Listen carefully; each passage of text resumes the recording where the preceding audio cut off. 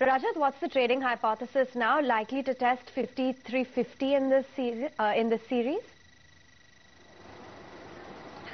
In the series, definitely yes. I mean, I am still quite positive that we would test 5350 to about 5380 kind of range on the upside. But if you are expecting that to happen very shortly, then I would say that 5317 to about 5335 supply zone needs to be crossed, and that supply zone is a pretty formidable supply zone. Just as the support between say 5270 and 5240 for the Nifty is also a formidable support, that the bears are also not being able to break those support levels.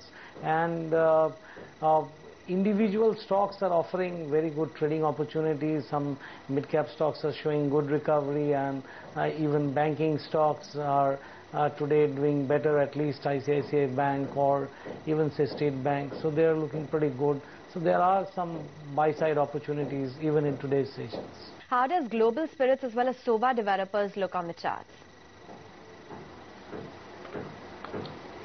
To start with, I would say that Global Spirits yesterday had a massive run on the upside, starting from a low of say 99.90.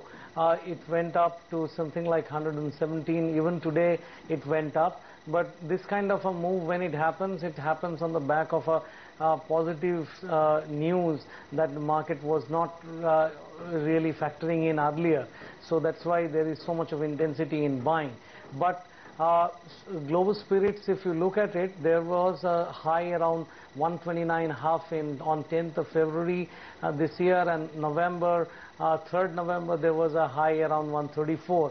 So this would be a supply zone. A lot of people who earlier bought this stock would actually seek this as an opportunity to get out of this stock or book profits. But the message is very clear from the stock that, and the oscillator charts, that on any decline, this stock should be used as an investment and put a stop below 100 and buy on any dips. That should be your approach to Global Spirits. Regarding Soba Developers, what I would have to say is that Soba was displaying a lot of strength earlier.